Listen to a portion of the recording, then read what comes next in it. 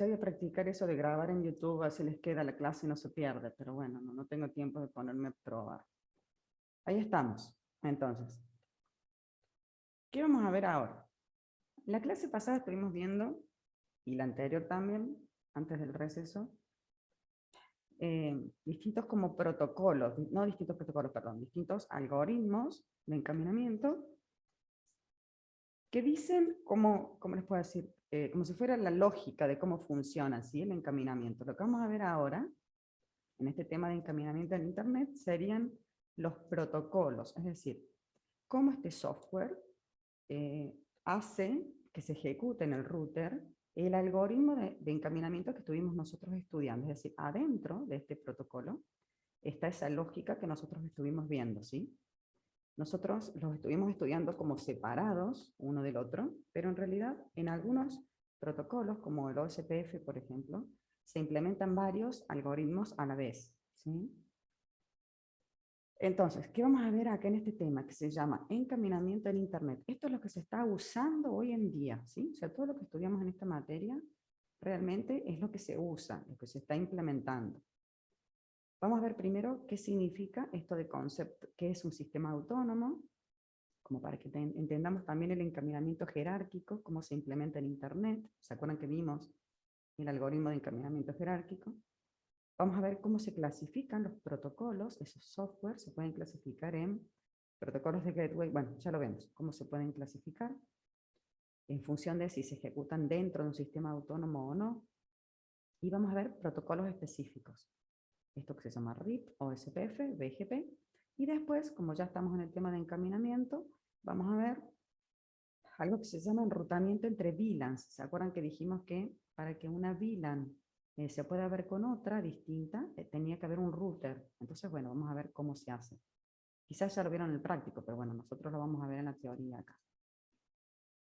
Empezamos entonces con el concepto de sistema autónomo. Vamos a tratar de identificar. ¿Qué les parece? Un router en la troncal de Internet. No sé si se acuerdan, en la primera unidad estaban lo que se llamaba arquitectura de Internet, que tenía los ISP de nivel 1, nivel 2, nivel 3, ¿se acuerdan? Lo tienen que haber leído a alguno cuando estuvieron para el parcial. ¿Qué les parece? Un router de Internet ¿tendrá todas las direcciones de red de todo el mundo o no les cabría en sus tablas de encaminamiento? ¿Qué les parece? No, profe, no tendría solamente el siguiente router. O sea, depende con cuánto se comunique, pero no va a tener todos, va a tener algunos, los más próximos. Bien, pero cuidado, yo pregunté cuántas direcciones de red, no cuántas direcciones de router iba a tener. Vieron que la clase pasada en el encaminamiento de vector distancia vimos que la tabla de encaminamiento tenía dirección de red, métrica, interfaz. A eso me refiero, a esas direcciones de red, a las cuales, las direcciones de red que existen en el mundo, a eso me refiero. ¿Las tendrán a todas o no? No, tampoco creo que tengan todas las direcciones de red. Exacto, tampoco, porque no hay forma. Es como si yo quisiera tener todos los números de teléfono de todas las personas del mundo. O sea, realmente es imposible. Entonces, ¿qué se hizo? Cuando Internet empezó a crecer, porque tuvo un crecimiento exponencial, empezó a dividirse el mundo como en trozos, en grupos, y esos grupos de routers se les llamó sistema autónomo. Entonces, OSA, bueno, es la abreviatura, o AS en inglés, Autonomous System. Estos sistemas autónomos son routers que están agrupados, que están unidos de alguna manera, interconectados entre sí, y que son administrados y gestionados por una sola entidad, por una sola organización, por una sola empresa. Eso es un sistema autónomo. Entonces, el mundo está dividido en muchos sistemas autónomos. Yo ya les voy a mostrar un gráfico sencillo que hice, pero para que se den cuenta. Entonces, cada uno de esos sistemas autónomos tiene un número para que se pueda identificar un número de sistema autónomo con otro número de sistema autónomo. Es decir, que adentro de un sistema autónomo pueden haber muchas redes, muchas direcciones de red o de subred. Ese número de sistema autónomo, que es ASN en inglés, número de sistema autónomo, al revés, puede tener 16 o 32 bits, ¿sí? Porque al principio tenía 16 bits, pero como se quedaron cortos, La IANA asignó 32 bits para definir más todavía sistemas autónomos en el mundo. Esos números no son aleatorios, sino que al igual que las direcciones IP, que son asignados y que hay alguien que los administra para que no hayan dos direcciones IP iguales, la IANA también organizó estos números de sistemas autónomos. No hay dos sistemas autónomos que tengan el mismo número. Acá hay un gráfico. Entonces tenemos, por ejemplo, ya te hice algo sencillo, estos tres routers agrupados forman el sistema autónomo número 5000. Otro conjunto de routers de una empresa, por ejemplo, de un proveedor de servicio, forma otro número de sistema autónomo, que es el 4000. Entonces, ¿qué es el mundo? O sea, ¿qué es Internet en el mundo? Son conjuntos o son muchos sistemas autónomos que están interconectados entre sí. Así está organizado Internet en la actualidad, ¿sí?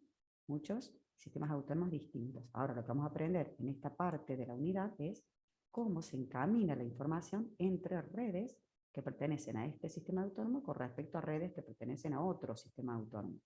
Y a su vez vamos a ver cómo se encamina en redes que pertenecen al mismo sistema autónomo, porque acá podríamos tener muchas redes también.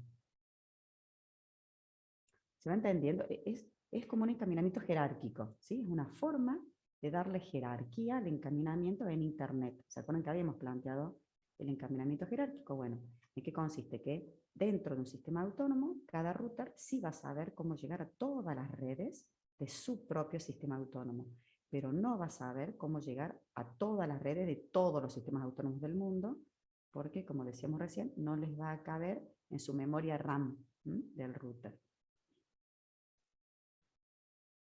Profe, y ahí el que se conecta entre redes sigue siendo un router, ¿verdad?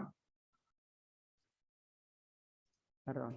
¿Cómo, Leandro? El que conecta entre redes, sí o sí tiene que ser un router. Exacto, sí señor, sí señor. O un switch layer 3, que se llama un switch de nivel 3, que tenga funcionalidades de router. Pero sí, para que te quede más claro, Ok. un router es el que interconecta redes, ¿sí? Siempre que vos quieras interconectar dos redes distintas, vas a necesitar sí o sí un router. Vamos a ver cómo se Profe, clasifican. antes que avance, Sí, sí, sí, por ahí sí. que es mejor que el router haga el enrutamiento o el switch, el nivel 3, Bien. digamos, o depende del Eh, router o el switch. es mejor el router porque el router, además del encaminamiento, tiene un montón de otras funciones. A veces las empresas, para no gastar, compran un switch un poquito más caro que tiene funcionalidades de router. ¿Qué son las funcionalidades? Es software que se le instala al router. Entonces, el router o el switch tienen un determinado sistema operativo. Si vos a ese sistema operativo le instalás otras funcionalidades, ese mismo dispositivo puede cumplir funciones como si fuera un router, a pesar de ser un switch. ¿Sí? Pero en la función de encaminamiento, que es desencapsular hasta la capa 3, la va a terminar haciendo o el switch o el router, o el switch layer 3 siempre, ¿sí? Yo, Sí. sí, No, estoy escuchando, sí.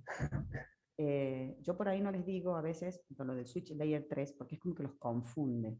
Yo trato de cuando, o sea, pedagógicamente es mejor identificar qué hace un access point, qué hace un switch y qué hace un router. Cuando en realidad a veces, que yo eso sí se lo vimos en clase, existen los aparatitos integrados que ejecutan las funciones de todo, de switch, de router, de access point, de modem, que es lo que nosotros tenemos en casa. Pero las empresas grandes tienen separado lo que es el encaminamiento, tienen routers y por otro lado tienen switches interconectados. ¿Sí? Es mucho mejor tenerlo así. Pero bueno, una Bien. empresa chica a lo mejor no le hace falta tanta tecnología. Con algo más sencillo ya lo soluciona, o sea, se compra un switch layer 3 y listo. ¿No? Nunca los switch layer 3 van a reemplazar a un router totalmente, porque un router tiene un montón de otras funcionalidades. Bien, vamos a ver cómo se clasifican estos protocolos de encaminamiento. Vamos a ver que se clasifican en dos grandes grupos.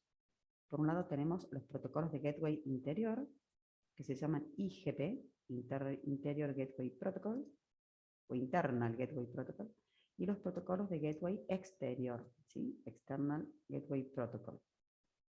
¿Cuál es la diferencia entre uno y otro? A ver, ¿qué les parece? ¿Cuál es la diferencia entre los IGP y entre los EGP? Así intuitivamente. Uno es para dentro del grupo de los routers y el otro es para por fuera. Bien, muy bien, Lautaro, exacto. Los Uno, protocolos uno de- debería ser de la misma red,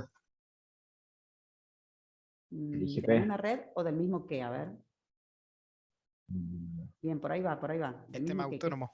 Exacto, muy Bueno, bien. sí, mismo sistema. Ahí está. Exacto, exacto. Por eso, no de la misma red específicamente, sino del mismo sistema autónomo. Entonces, los protocolos que se ejecutan adentro de un sistema autónomo para intercambiar datos entre las redes de un mismo sistema autónomo se llaman protocolos IGP.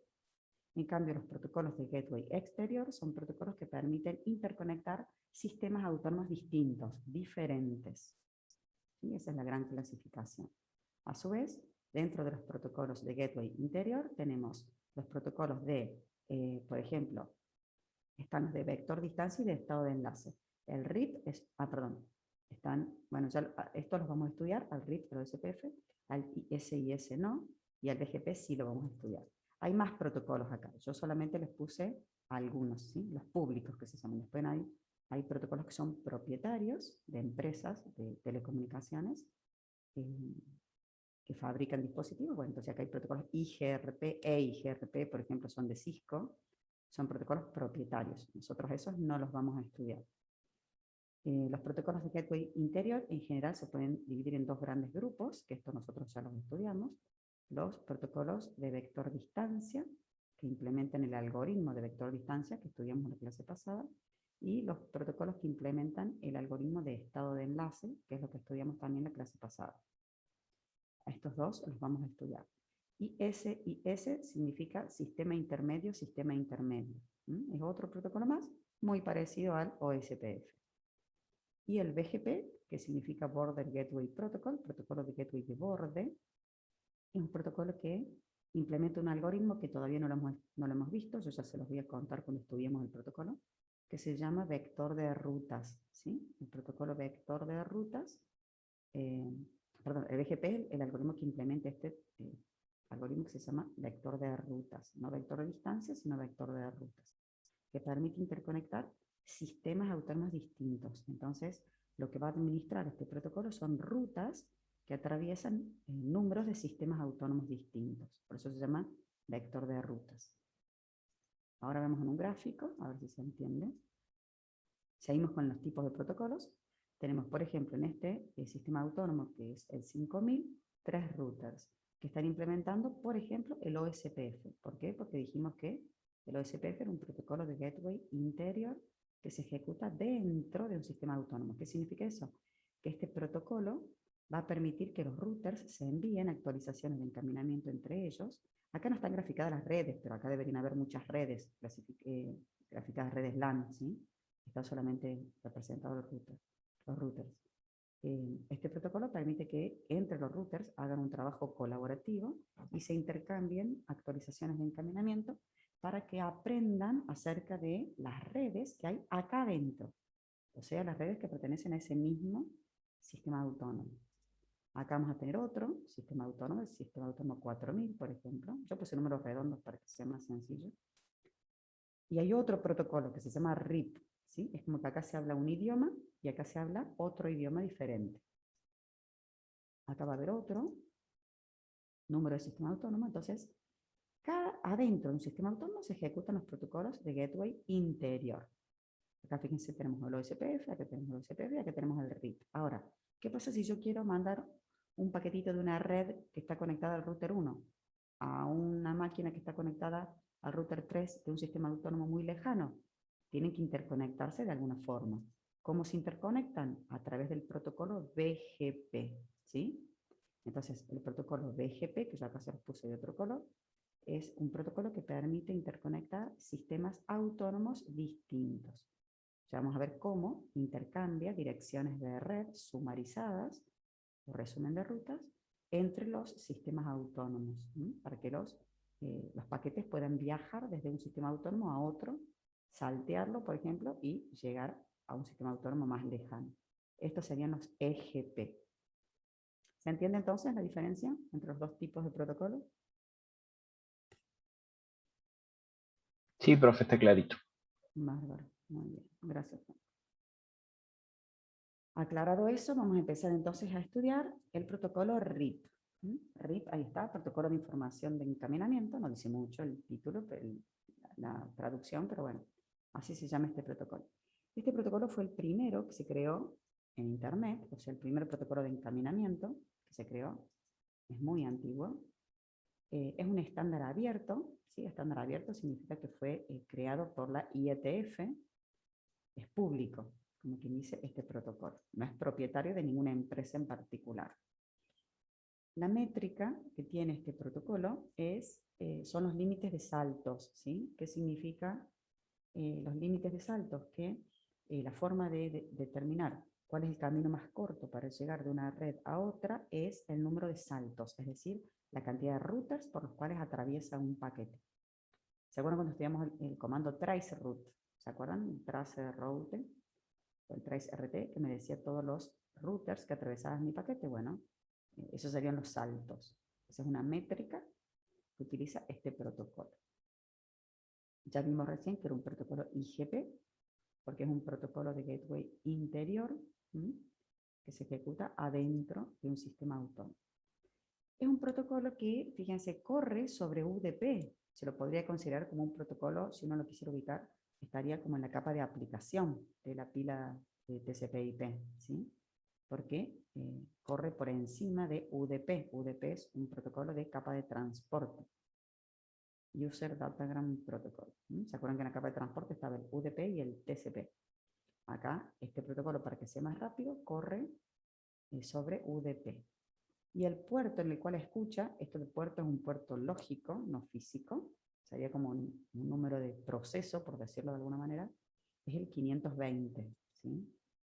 Así como, para que tengan una idea, el protocolo HTTP para el intercambio de páginas web escucha en el puerto 80, bueno, el RIP escucha en el puerto 520, o el HTTPS escucha en el 443, bueno, esos serían los números de puerto.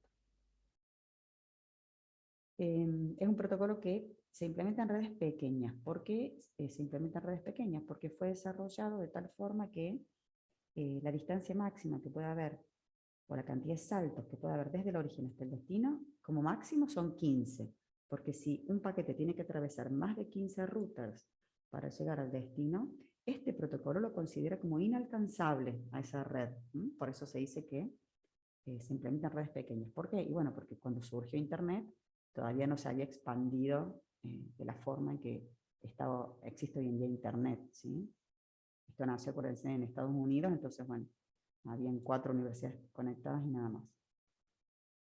Ya vamos a ver que es un protocolo que implementa el algoritmo de vector distancia y por eso converge muy lentamente. ¿Se acuerdan que habíamos dicho que era como un teléfono descompuesto? Que un router le va pasando la tabla a otro, a su vecino directamente conectado, ese router le pasa a su vez a su vecino directamente conectado y así van atravesando diferentes routers hasta que todos conocen todas las redes. Entonces, tiene ese problemita que converge lentamente.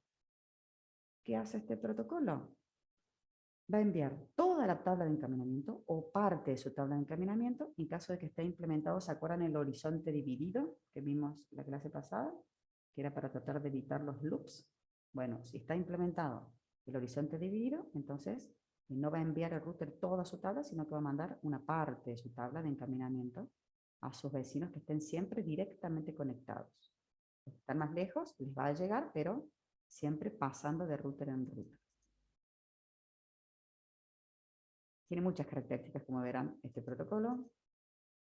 Bueno, un protocolo de vector distancia, ya lo dijimos.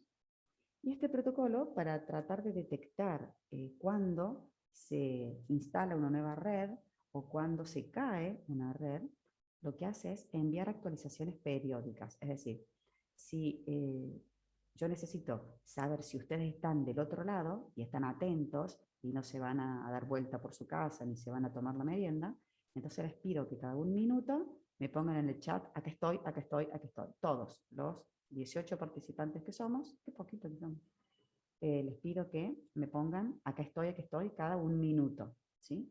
Esas actualizaciones periódicas que hace cada router, que es enviar su tabla de encaminamiento al router vecino, permite que los routers detecten cuándo se cae o no una red, ¿sí? ¿Por qué? Porque si yo les digo que cada un minuto me manden un mensaje en el chat y me pongan, acá estoy, profe, si pasan 2 minutos o 3 minutos y ustedes no me mandan el mensaje, yo digo, uy, por ejemplo, Franco se desconectó, listo, y lo anoto, que Franco se desconectó, entonces yo ya no me puedo conectar con Franco, ¿sí? Yo ya no puedo enviarle ningún mensaje destinado a Franco.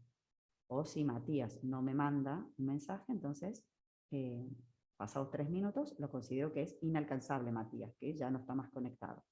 La forma entonces de que el algoritmo sea dinámico, porque se acuerdan que estos protocolos, no sé si les dije, pero al implementar el protocolo de vector distancia es un algoritmo de encaminamiento dinámico.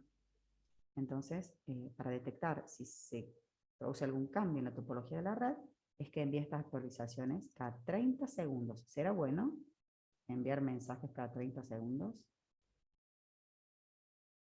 ¿O ustedes consideran que es innecesario? Quizás sea necesario, pero se carga mucho. Claro, muy bien. Es necesario porque es la forma que tiene este algoritmo de detectar si se cae una red o si se activa una nueva red. Pero consume ancho de banda, ¿sí? Consume ancho de banda de los enlaces y también trabajo en el router.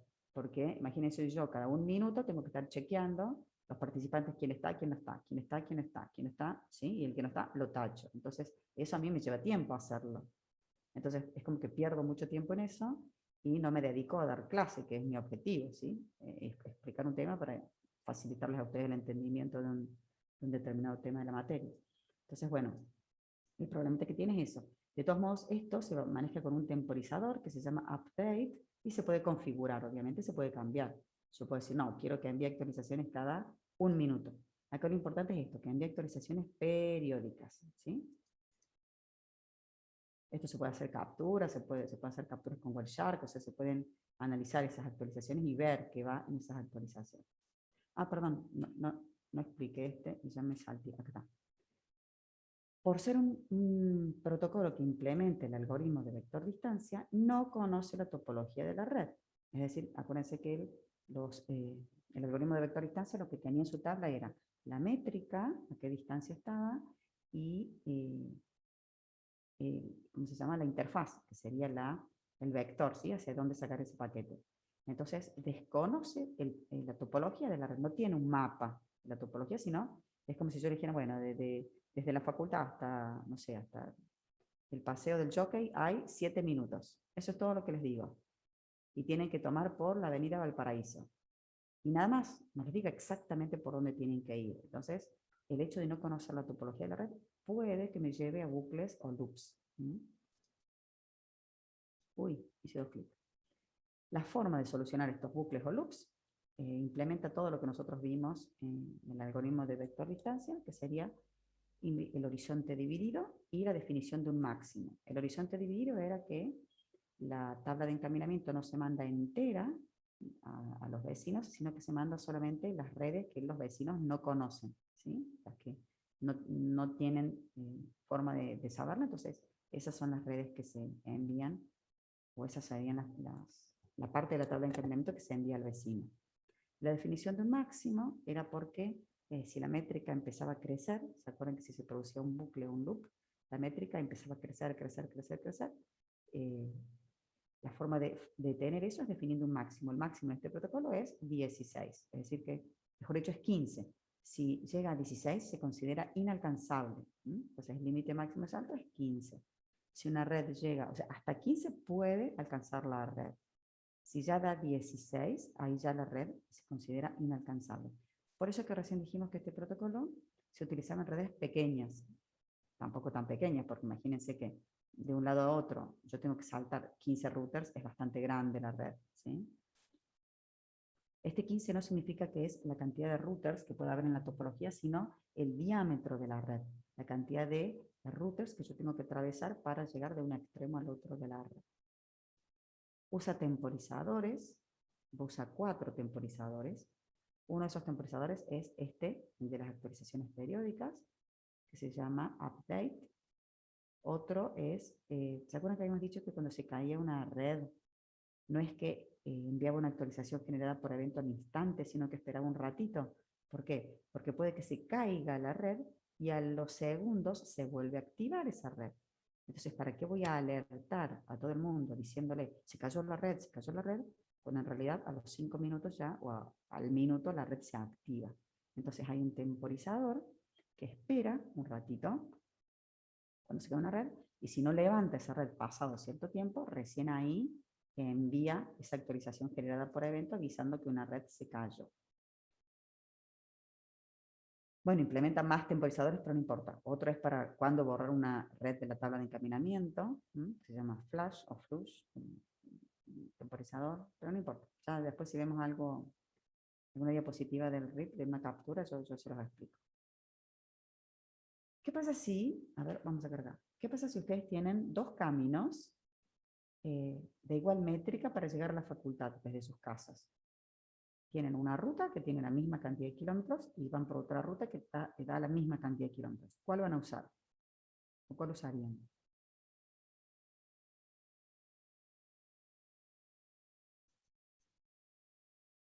¿Qué les parece?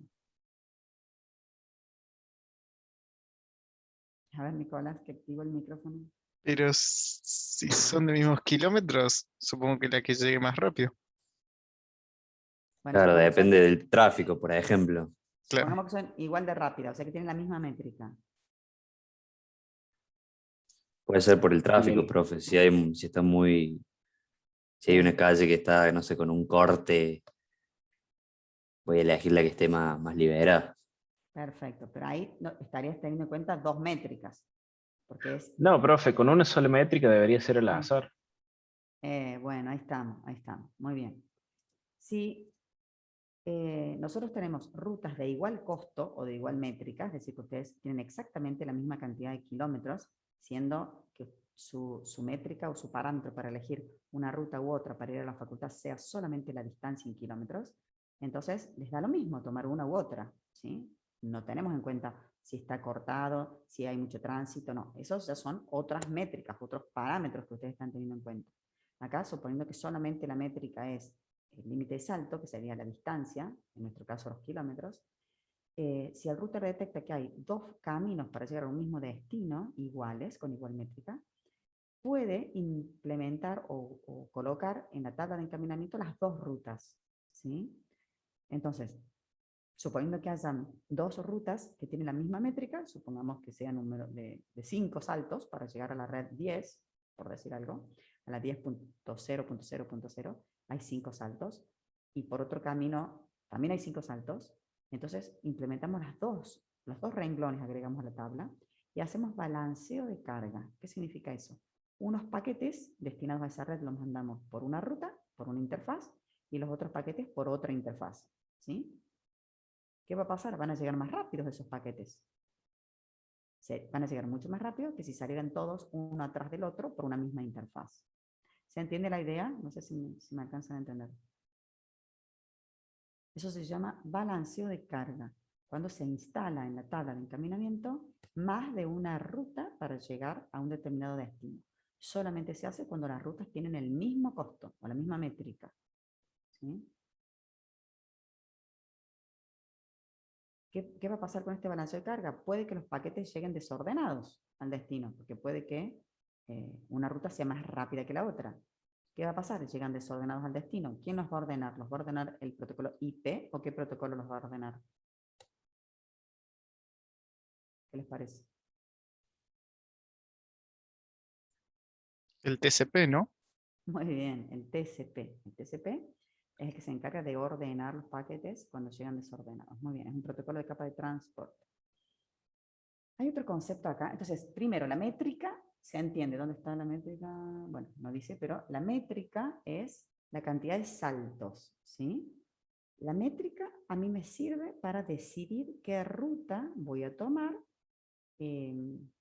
cuando aprendo dos rutas distintas. Supongamos que una esté a 3 saltos y la otra esté a 5 saltos. En ese caso voy a elegir la ruta que está a 3 saltos. Siempre se elige la que tiene menor métrica. Ahora, hay otro concepto que se llama distancia administrativa. Ya en la próxima diapositiva vemos qué es. En este caso, para el RIP, tiene un valor de 120 por defecto, ¿sí? Está definido que la distancia administrativa del RIP es 120. Ahora nos detenemos un ratito, dejamos de lado el RIP y vamos a ver el concepto de distancia administrativa. ¿De qué se trata esto? A ver, si ustedes están queriendo ir a, no sé, a Buenos Aires, y les preguntan a sus padres, papi, ¿por dónde puedo ir a Buenos Aires? Y el padre de ustedes dice, mira, por acá, por acá, por acá. Salen a la calle y ven a cualquier extraño, le preguntan por dónde puedo ir a Buenos Aires y ese extraño les dice un camino. ¿A cuál cuál van a considerar más? ¿El que les dijo sus padres o el que les dijo ese extraño que encontraron en la calle? El extraño, obviamente. ¿Por qué? Nah. Qué malo, Leandro. Esa confianza nos tienen los hijos, qué barbaridad. En ese caso, siempre le van a tener como más confianza a la información que les dan sus padres, ¿sí? Bueno, eso es la distancia administrativa. Acá yo se los definí como concepto, es el valor que define la confiabilidad de una ruta. ¿Por qué es esto? Porque un router puede aprender cómo llegar a un destino de varias fuentes, es decir, puede aprenderla desde un administrador que se la configura de manera estática, puede aprenderla a través de un protocolo de encaminamiento o puede aprenderla a través de otro protocolo de encaminamiento. ¿Por qué? Porque los routers son dispositivos multiprotocolo. ¿Qué significa eso? Que pueden tener configurados varios protocolos de encaminamiento a la vez, ¿sí? Entonces, si a mí me enseñan rutas distintas, con métricas distintas, me va a ser muy difícil comparar manzanas con peras con bananas. No sé si se entiende, o sea, como son rutas que yo aprendí de una forma diferente, es difícil compararlas. Para eso surge la distancia administrativa. Entonces, acá le puse que los routers lo van a utilizar cuando aprenden diferentes formas de llegar a un mismo destino, ¿sí? Acá les puse una tablita. Entonces, ¿qué pasa si yo aprendo cómo llegar a la red 20, por ejemplo, 20.0.0.0, con RIP, y me dice que está a 5 saltos, la red 20. Pero resulta que a la red la tengo directamente conectada, a la red 20. ¿A quién le voy a hacer caso? O sea, ¿cómo la voy a encaminar? Voy a tener en cuenta la red que tengo directamente conectada o la información que me dio RIP.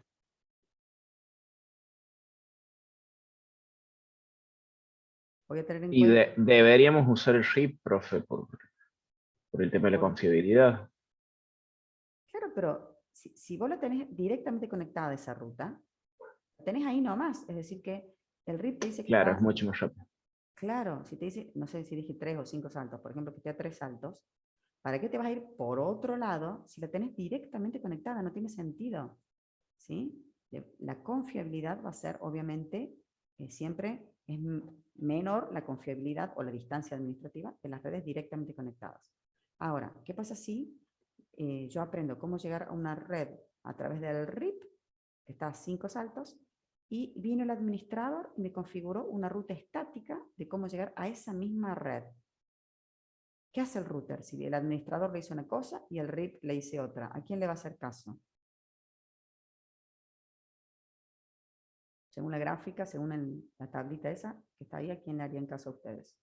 ¿Quién es más confiable, el protocolo o el administrador? Ahí sí que van a entrar en duda, por eso se los pregunto. ¿Qué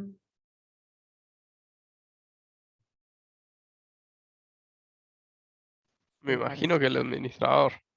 Muy bien. Por más que no sea confiable el administrador. No, no, siempre le va a hacer caso al administrador. ¿Por qué? Porque se supone que el administrador tiene pleno control de por dónde quiere que viajen los paquetes, ¿sí? Entonces, fíjense, para eso existe el concepto este de distancia administrativa. No sé si se alcanza a entender. Cuando un router aprende cómo llegar a una red, por ejemplo, por el protocolo OSPF, y además aprende cómo llegar a la misma red con el protocolo RIP, ¿cuál de las dos rutas va a instalar en la tabla de encaminamiento? ¿La que aprendió con OSPF o la que aprendió con RIP? ¿Qué les parece? Esta pregunta es más difícil. La Y de según la OSPF. tabla, OSPF. Perfecto, muy bien. Según la tabla, OSPF. ¿Por qué? Porque siempre se elige lo menor. Siempre. Grábenselo a fuego, ¿estamos? Siempre se elige lo menor, ya sea la métrica o la distancia administrativa. Entonces, ¿para qué? Fíjense, pobrecito, el RIP es el último, porque es el primer protocolo que se creó, es el peorcito, como quien dice, ¿sí? El OSPF se creó después, entonces se supone que es mejor, y como es mejor, por eso es que se le asignó una distancia administrativa de 110. Estos valores de todos modos se pueden cambiar, pero por defecto vienen estos valores. ¿Qué les iba a decir? Entonces, si un router aprende cómo llegar a redes, a la misma red, con dos protocolos diferentes, utiliza la distancia administrativa para distinguirlo. ¿Por qué? Porque el OSPF puede dar un resultado de, por ejemplo, 2500. Y el RIP tiene una métrica que le puede decir que está a 3 saltos. Entonces, ¿cómo comparo el 2500, que es una métrica que no tiene nada que ver con los saltos, con el número de saltos que maneja RIP? Como no se pueden comparar manzanas con peras, entonces se toma en cuenta la distancia administrativa. En cambio, la métrica se utiliza para elegir rutas que son aprendidas con el mismo protocolo. Si yo aprendo dos caminos con RIP, por una ruta tengo 5 saltos, por otra ruta tengo 10 saltos, obviamente voy a, como es la misma métrica, voy a elegir la que tiene menor siempre, ¿sí? Entonces la métrica sirve para elegir el mejor camino cuando estoy aprendiendo rutas con el mismo protocolo. Cuando aprendo rutas con distinto protocolo, utilizo la distancia administrativa para elegir qué protocolo instalar en la tabla de encaminamiento. O rutas estáticas, ¿sí? O directamente conectadas. Por eso les puse esta tablita. Es importante que se entienda la diferencia entre métrica y distancia administrativa, porque no son lo mismo, ¿tá? Vamos a ver, existen dos versiones del protocolo RIP. Bueno, existen varias, en realidad existen 3. El RIP versión 1 y el RIP versión 2. Esas son las versiones para el protocolo IP versión 4. Y después existe otro protocolo RIP que se llama NG, de New Generation, que es para el protocolo IP versión 6, que nosotros no lo vamos a ver, simplemente lo nombramos, ¿tá? Vamos a ver qué características tiene este protocolo RIP versión 1. ¿Por qué el RIP versión 1? Porque, ¿se acuerdan cuando vimos el tema agotamiento de las direcciones IP versión 4? Que dijimos que hubo que desarrollarse unas estrategias medias raras para que el IPv4 siguiera funcionando, como era el VLCM, el CIDR, las direcciones privadas, traducción de direcciones de red. ¿Se acuerdan más o menos todo eso? Por lo menos de nombre. Más o menos sí, profe. Más o menos. Bueno, perfecto. Esas son todas estrategias o técnicas nuevas que hubo que desarrollar para que el protocolo IP versión 4 siguiera funcionando. En el momento en que se crea RIP, obviamente que fue cuando recién surgió Internet, no existían esas técnicas raras, entonces el RIP que existía es este que vamos a ver ahora, ¿sí? Que, bueno, ahora para distinguirlo del otro le llamamos RIP versión 1, V1. Este protocolo RIP es un protocolo de vector distancia, pero classful. No sé si se acuerdan la diferencia entre classful y classless. Classful significa que las direcciones IP se asignaban a nivel de clase entera, es decir, si una empresa necesitaba, no sé, 20 puestos de trabajo, 20 IP, se le asignaba una dirección IP de red C, ¿sí? Una de clase C, que permitía hasta 254 direcciones IP. Eso se llama class full. Después estaba el class less, ¿sí? Que ya lo vamos a ver enseguida. Este RIP, como es el primero que surgió, no soporta, no entiende el VLCM ni tampoco el CIDR, porque es un protocolo class full. Entonces no entiende esto. Como no entiende el VLCM, no manda en cada una de sus actualizaciones la máscara de subred o la máscara de red, no la manda, simplemente manda la dirección de red o de subred, ¿sí? Perdón. Sí soporta subredes, ¿sí? Cuidado que este protocolo sí maneja subnetting. Subredes sí soporta. Lo que no soporta es VLCM, o sea, no soporta máscaras de subred de longitud variable. Pero subredes, que todas las redes tienen la misma máscara, sí lo soporta. Y cuando le tiene que mandar la tabla de encaminamiento a sus vecinos, lo que hace es, esa actualización, se la manda a través de un broadcast. ¿Qué significa esto? A través de un 255, 255, 255, 255. Esa es la forma que tiene de enviar las actualizaciones de encaminamiento. ¿Será bueno mandar un 255, 255, 255? ¿Qué pasa si yo saco por todas las interfaces del router un paquete con esa dirección. ¿Quiénes van a procesar a esa actualización? Y lo van a recibir todos. Lo van a recibir todos y lo van a procesar todos, es decir, lo van a desencapsular todos. Cuando desencapsulen y digan, ah, no, va dirigido al puerto 520, ahí lo descartan, ¿sí? Y solamente lo van a procesar los routers que tengan configurado el protocolo RIP. Pero no es bueno enviar actualizaciones mediante broadcast. Pero bueno, esto se hizo al principio, apenas surgió Internet, entonces por eso es que funciona así. Cuando surge todas esas tecnologías raras del VLCM, el CIDR y el NAT y todo lo demás, tienen que desarrollar otra versión del protocolo RIP para que soporte todas esas cosas raras, esas tecnologías. Entonces es así que surge el protocolo RIP versión 2. Este protocolo es mejor, sigue siendo un protocolo vector distancia, siempre el RIP es de vector distancia, pero es un protocolo classless, que significa que cuando necesita que se asignen direcciones IP, la máscara puede ser totalmente variable, no necesita que sea una máscara /8, /16 o /24, sino que puede ser una máscara /25, /26, /28. Como es classless, soporta el VLCM y soporta el CIDR, soporta las dos tecnologías nuevas que surgieron por el tema del agotamiento de las direcciones IP. Para que pueda soportar el VLCM y para que pueda entender o mandar información de una subred que tiene una máscara y de otra subred que tiene otra máscara distinta, por ejemplo, si en mi empresa yo tengo una máscara /28 y una máscara /30, entonces por eso es que en las actualizaciones, además de la dirección de subred, sí o sí tiene que enviar la máscara de subred, ¿sí? Porque si no, no soportaría el VLCM. Y para que sea mejor y no mande las actualizaciones por broadcast, que se llama, el 255, 255, 255, 255, acá las actualizaciones se envían mediante direcciones que se llaman multicast. Acá vemos la aplicación. ¿Se acuerdan que habíamos visto cuando se clasificaron las direcciones IP? Dijimos que habían direcciones de clase A, clase B, clase C, esas eran las direcciones comerciales. Y después estaba la clase D. Esa clase D eran las multicast. Bueno, esta es una IP clase D, que empieza en 224. ¿Sí? En este caso, la 224.009 es una IP que los routers que tienen configurado el RIP van a procesar todos los paquetes que tengan como IP de destino esta dirección de multicast.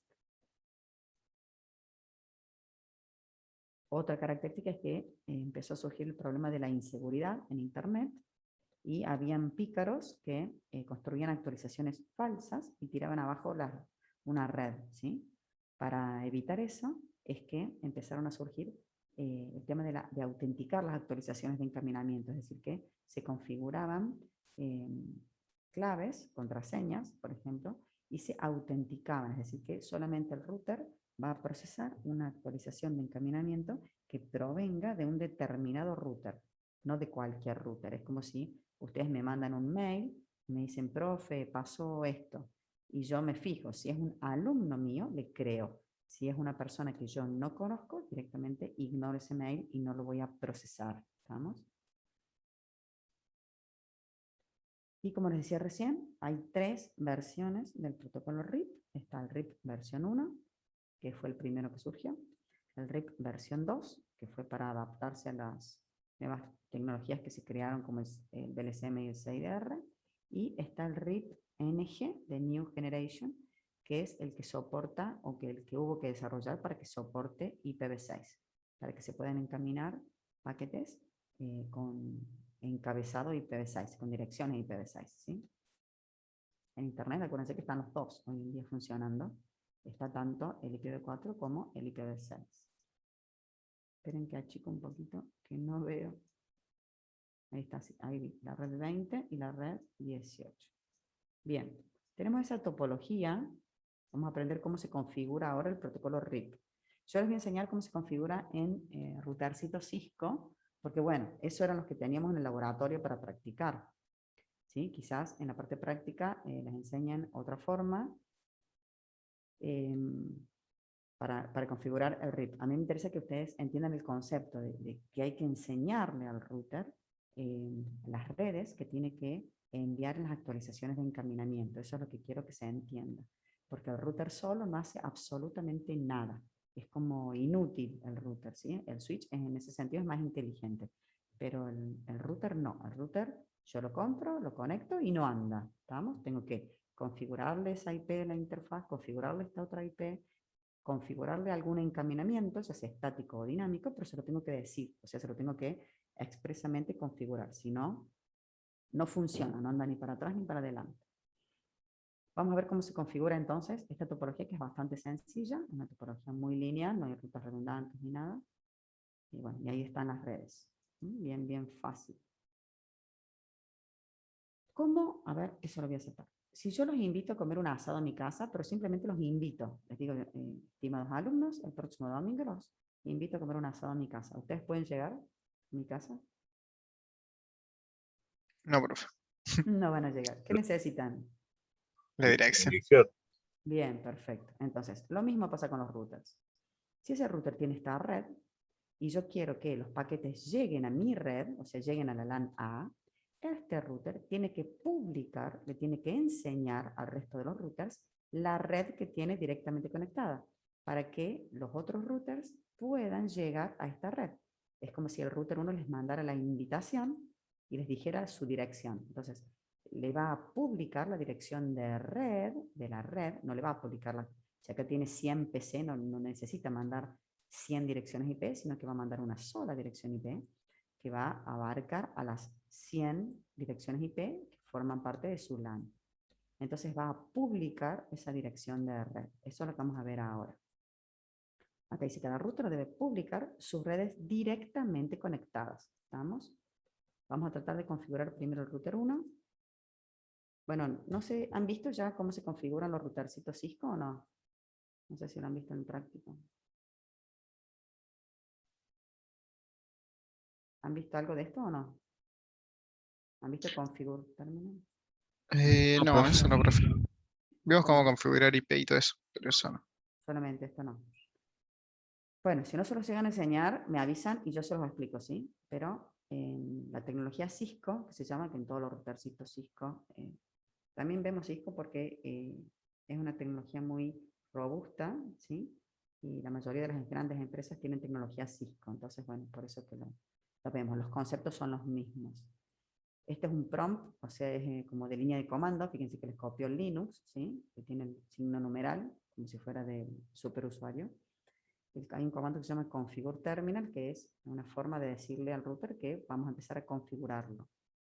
Se me cambia el prompt y me aparece el nombre del router, en este caso R1, porque yo le puse ese nombre. Hay que ponerle con un comando que se llama hostname, así se le pone el nombre del router, y me cambia el prompt. Ahora el comando importante se los puse ahí en negrita, que es router, o router, le digo yo, RIP. El comando router le dice al router con qué protocolo de encaminamiento quiero que se configure o que funcione, ¿sí?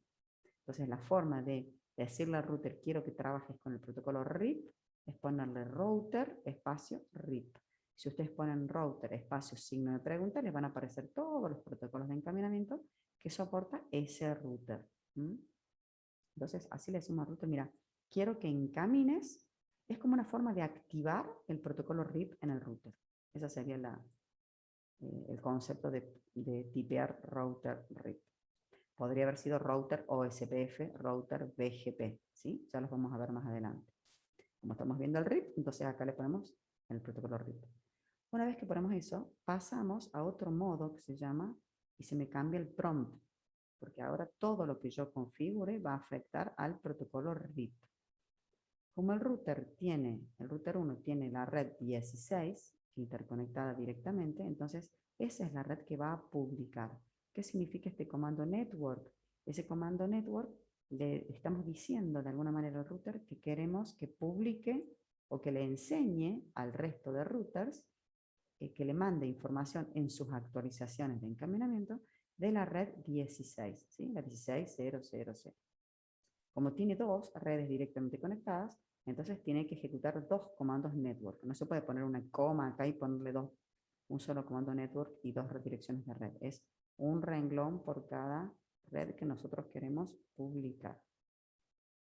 Entonces va un comando network 16000 y otro comando network 18000. ¿Por qué? Porque son las 2 redes directamente conectadas. Eso es todo lo que hay que configurar del router 1 para que empiece a enviar actualizaciones de encaminamiento cada 30 segundos que estuvimos viendo hace un rato, ¿sí? Si el administrador viene y conecta otra red nueva acá, porque por ejemplo, no sé, amplía la empresa y conecta otra red, sí o sí tiene que de nuevo entrar al RIP y agregar esa network, ¿estamos? Porque si no se publica la dirección de la nueva red, los otros routers no van a saber que se activa una nueva red y no van a saber cómo llegar a esa nueva red. Vamos al router 2. ¿Cuántos network tendrá que poner el router 2? ¿Cuántos comandos network? 3. Muy bien, Franco. 3. ¿Por qué? Porque tiene 3 redes directamente conectadas. Entonces hacemos lo mismo, configure terminal, router RIP, y ahora vamos a poner una network para la red, esta WAN de la izquierda, la 18, otra para la otra WAN 20, y otra network para la LAN B, que sería la 22, ¿sí? Entonces el router 2 necesita 3 comandos network. Estamos aprendiendo a configurar protocolos de encaminamiento dinámico en los routers, en este caso el RIP. Y el router 3 va a tener solamente 2 networks porque tiene 2 redes directamente conectadas. Hacemos lo mismo, la network 20, que está directamente conectada, y la network 24, ¿sí? Que también está directamente conectada. Eso es todo lo que tenemos que hacer como administradores. Lo hacemos una única vez y nos vamos de vacaciones muy tranquilos, porque los routers, acá no hay topología redundante, ¿sí? O sea, no hay enlaces redundantes, pero en una topología normal hay enlaces redundantes. Entonces, si fuera así, el administrador configura los routers, se va tranquilo y entre ellos, cada 30 segundos, se envían actualizaciones de encaminamiento y son capaces de, si se cae esta red, por ejemplo, recalculan las rutas, restablecen sus tablas de encaminamiento y encaminan por otro lado. Son protocolos dinámicos. Fíjense que son más fáciles de administrar o son más fáciles de gestionar por parte de los administradores de red, estos protocolos. Son más sencillos. Eso es todo lo que hay que hacer. Ah, cierto. En caso de que nosotros tengamos VLCM y 6DR en nuestra empresa, además de todos estos comandos, lo único que tenemos que hacer para activar la versión 2 del RIP es poner el comando version 2, esto solamente. Acá, en la misma altura del network, se le da enter y se le pone, o sea, en otro renglón, versión espacio 2, sin acento, ¿no? Version 2, en inglés. Eso es toda la ciencia. Ah, acá estaba, cierto. ¿Sí? Tienen que entrar al RIP, obviamente router RIP versión 2. Si ustedes no tienen VLCM, no hace falta y pueden trabajar directamente con el protocolo RIP, que sería la versión 1. Bueno, ¿se entendió hasta aquí? Hasta acá vimos el protocolo RIP, que estamos aplicando los protocolos, mejor dicho, los algoritmos que vimos anteriormente. Ahora estamos viendo protocolos, software, que se configura en el router e implementa interiormente esos algoritmos o esa lógica que nosotros vimos, ¿sí? No les enseñé, pero el RIP también se puede configurar el horizonte dividido, que el comando, se los pongo en el chat, es dentro del router RIP, a la altura del, acá, a esta altura, en lugar donde dice versión, se pone split horizon, ahí está en el chat, y así se activa el horizonte dividido. Por defecto está desactivado, ¿sí? Entonces, si ustedes quieren evitar los loops a través del horizonte dividido, entonces le tienen que configurar ese comando. ¿Se entendió? Y ahí separaría el horizonte entre el router 2 y 3. Exacto, exacto. Así Ok. es, Leandro. Por ejemplo, este router, si no estuviera el horizonte dividido, le mandaría toda su tabla de encaminamiento. ¿Que cuántas redes tendría? 1, 2, 3, 4, 5. 5 renglones. Le mandaría todo. En cambio, si tiene el horizonte dividido, solamente el router 2 al router 3 le va a enseñar las redes 16 y 18 al router 3. Y le va a enseñar al router 1 las redes 20 y 24. ¿Se entiende? Como que no va a mandar su tabla de encaminamiento completa, sino que va a mandar solamente las redes que desconoce. Ay, me estoy olvidando la 22, porque tiene la 22. Perdón, vamos de nuevo. El router 2 le va a enseñar al router 3 la 16, 18 y 22. Y el router 2 le va a enseñar al router 1 la 22, 20 y 24. ¿Sí?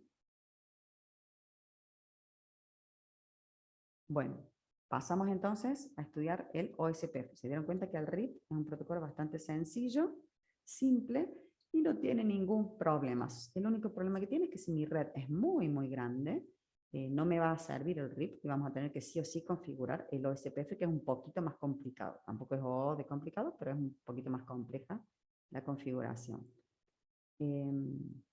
Ustedes si trabajan en una empresa que tiene pocos routers, con el RIP les sobra, les alcanza y les sobra. Vamos al protocolo OSPF. ¿Qué significa OSPF? Open Shortest Path First. Eso significa, acá, primero la ruta más corta, ¿sí? Eso significa este algoritmo. Antes que sigamos con el OSPF, el RIP, cuando se creó, todos los enlaces tenían la misma velocidad, que eran, ustedes se van a reír, pero eran enlaces de 56 kilobits por segundo. Eran lentos, pero todos tenían la misma velocidad. Entonces, en ese momento, considerar que la métrica es el número de saltos era lo más apropiado, ¿sí? Porque es como si, no sé, en todas las rutas de Córdoba se pudiera ir la misma velocidad. Entonces, bueno, yo elegía una ruta u otra simplemente por la cantidad de kilómetros. En cambio, cuando Internet empezó a expandirse, se empezaron a activar enlaces de diferente ancho de banda y empezaron a surgir enlaces más rápidos o enlaces más lentos. Entonces, por eso es que este protocolo lo que va a considerar como métrica no va a ser el número de saltos, sino que va a ser el ancho de banda de los enlaces, que se le suele decir el costo. Entonces, este algoritmo elige no la ruta más corta en relación a la distancia, a la cantidad de saltos o kilómetros, sino que va a elegir la ruta más rápida, teniendo en cuenta el ancho de banda. A lo mejor atraviesa más routers, pero como esos routers están conectados por enlaces de alta velocidad, es la más rápida. También es un estándar abierto. Bueno, ahí les puse la RFC en la cual está definido, si a alguien le interesa. Consulta, pone RFC 2328 en internet y le va a aparecer todo el funcionamiento del protocolo OSPF. También es un protocolo IGP, porque es un protocolo que vamos a ver que se ejecuta dentro de un sistema autónomo, ¿sí? Para conocer las redes que existen dentro de mi sistema autónomo. Es un protocolo que converge rápidamente. Realmente es rapidísimo. ¿Por qué? Porque cada router, cuando implementa el algoritmo de estado de enlace, entonces cuando construye su paquete de estado de enlace, después lo envía a través de la inundación. ¿Se acuerdan que se inundaban los paquetes? Entonces la inundación es el algoritmo como más rápido. Por eso que converge rápidamente. Lo que hace el OSPF es encapsular, o sea, no corre sobre una capa de transporte, sino directamente encapsula una actualización de encaminamiento adentro de un paquetito IP. Y en el número de puerto le pone 89, ¿sí? El RIP escucha en el puerto 520, en cambio el OSPF en el puerto 89. En su lógica interior implementa lo que se llama el algoritmo de estado de enlace, ¿sí? Que es el que vimos en la clase pasada, así que calculo que lo tienen bien fresco. Era el que implementaba esos pasos de descubrir a los vecinos con el paquetito hello, después medía la distancia con los echo, echo request y echo reply, después construía un paquete de estado de enlace y lo inundaba a todos sus vecinos. Construía un grafo de la red y aplicaba el algoritmo de Dijkstra, ¿sí? Que es el de la ruta más corta. Eso es lo que hace este protocolo. Esto ya es un software que está programado que en su lógica interior implementa el algoritmo de estado de enlace. O sea, lo que se configura en realidad en un router no es el estado de enlace, sino el algoritmo, sino que es un protocolo. Ese es el famoso Estamos estudiando ya protocolos de encaminamiento. Como es capaz de armar ¿cómo se llama? El grafo de la red, entonces conoce la topología de la red. De hecho, el OSPF conoce exactamente toda la topología de la red.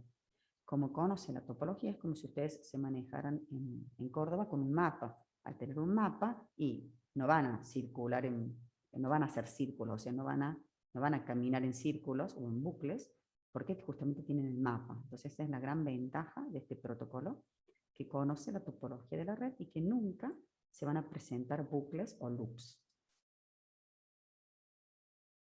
Por implementar el algoritmo de estado de enlace, una vez que tiene el grafo de la red, implementa el algoritmo de la ruta más corta. Fíjense cómo el OSPF, este es el protocolo típico que implementa varios algoritmos que nosotros estuvimos estudiando. Primero, implementa el algoritmo de inundación para enviar la actualización de encaminamiento a todos los otros routers. Implementa el algoritmo de la ruta más corta, que era el de Dijkstra, para calcular la ruta más corta y armar la tabla de encaminamiento, ¿sí? Y a su vez, en sí mismo es un protocolo que implementa el algoritmo de estado de enlace. Y además, vamos a ver más adelante, que es un protocolo que implementa el algoritmo jerárquico en lo que se llaman áreas. Este es el claro ejemplo de un protocolo que implementa 4 algoritmos a la vez. El de estado de enlace, el de inundación, el de la ruta más corta y el jerárquico, ¿sí? Menos el de vector distancia, implementa todos los que estudiamos. La métrica que tiene en cuenta es el ancho de banda de los enlaces. Ahora, yo les hago una pregunta. Si hay enlaces que tienen una alta velocidad, o sea, un gran ancho de banda, ¿cuál va a elegir? ¿La ruta que tiene mayor ancho de banda o la que tenga menor ancho de banda? ¿Cuál debería elegir el OSPF? La que tiene mayor ancho de banda. Bien, pero cuidado que implemente el algoritmo de Dijkstra. Y el algoritmo de Dijkstra siempre elegía la ruta más corta. Al aplicar este algoritmo va a elegir las rutas que tengan menor ancho de banda. ¿Qué podríamos hacer para engañarlo a este algoritmo? No sé si se entiende la pregunta. Por implementar el algoritmo de Dijkstra, siempre va a elegir la ruta más corta, o sea, el menor valor, básicamente. Pero yo quiero que elija las rutas que tienen mayor ancho de banda, o sea, los que tengan mayor valor, no menor valor. Si no, me va a elegir las rutas más lentas, y yo quiero que me elija las rutas más rápidas. ¿Qué podemos hacer entonces?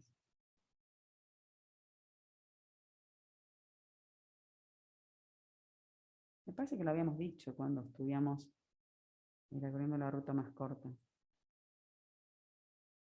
Aplicar la inversa al ancho de banda, ponerlo en el cociente, en el denominador, ¿sí? Entonces, si al ancho de banda de los enlaces lo ponemos en el denominador, al mayor ancho de banda, el número, el cociente, es menor. Entonces, así me va a elegir los enlaces que sean más rápidos o que tengan el mayor ancho de banda utilizando Dijkstra, que Dijkstra lo que usa es lo más corto, lo menor. ¿Se entendió eso? Sí, profe. Sí, perfecto. Están calladitos. Bueno, como es un protocolo que surgió después, o sea, después que aparecieron estas tecnologías raras del BLSM y 6DR, lo soporta. O sea, ya nativamente no existe un OSPF versión 1 o OSPF versión 2, sino directamente ya el protocolo lo soporta, ya nace soportando el BLSM y el 6DR. Al igual que el RIP versión 2, permite que los routers autentiquen las actualizaciones antes de procesarlas, para garantizar que se interpretan actualizaciones que provienen de routers conocidos y no de cualquier usuario, no sé, ingenioso que construyó actualizaciones de encaminamiento falsas. Porque se da eso, ¿sí? O sea, yo puedo armar una actualización de encaminamiento falsa, mandarla y hacerle creer cosas que no son reales. ¿Qué otras características de este protocolo? A ver. En lugar de enviar actualizaciones periódicas, como era el RIP, es como que son distintos estos protocolos, envía actualizaciones ante eventos. ¿Qué significa eso? solamente va a enviar una actualización cuando se produce algún cambio en la topología, ya sea una baja de una red o una alta de una red, ¿sí? No de una PC, sino una alta de una red. Porque acuérdense que los protocolos de encaminamiento manejan direcciones de red o de subred, no direcciones de hosts. Entonces solamente va a enviar una actualización cuando se produzca algún cambio. Eso es mucho mejor, se optimiza el uso de la red, porque no se envían actualizaciones periódicas que habíamos analizado recién, que consumían como mucho ancho de banda. Las actualizaciones ya, como es un protocolo nuevo, relativamente nuevo, directamente ya son por multicast. Acá vemos que hay dos direcciones multicast, la 224.005 y la 224.006. Ya dentro de un rato, o la clase que viene, vamos a ver por qué hay dos, ¿sí? Y no una sola como en el RIP, que es la 224.009. Ya vamos a ver por qué. ¿Se acuerdan que el algoritmo de estado de enlace lo que hacía era enviar paquetitos hello a los routers directamente conectados para tratar de descubrir los vecinos? Una vez que se descubre los vecinos, lo importante es que ese vecino esté ejecutando el mismo protocolo que yo, o sea, el mismo protocolo que el router. Por ejemplo, si yo le digo a Franco, hello, how are you? O hello, how are you? Y él no entiende inglés, no me va a contestar. ¿Por qué? Porque él no tiene configurado el inglés, ¿sí? Entonces, la idea de descubrir vecinos con el algoritmo de estado de enlace que era enviar paquetitos hello, es para ver si mi vecino entiende o tiene configurado el mismo protocolo que yo, que el router que envió el saludo, ¿sí? Entonces, si yo saludo a mi vecino y mi vecino me responde, si yo le digo, hola Franco, soy Cecilia, y Franco me dice, hola profe, soy Franco, entonces nosotros creamos lo que se llama una adyacencia. ¿Qué significa adyacencia?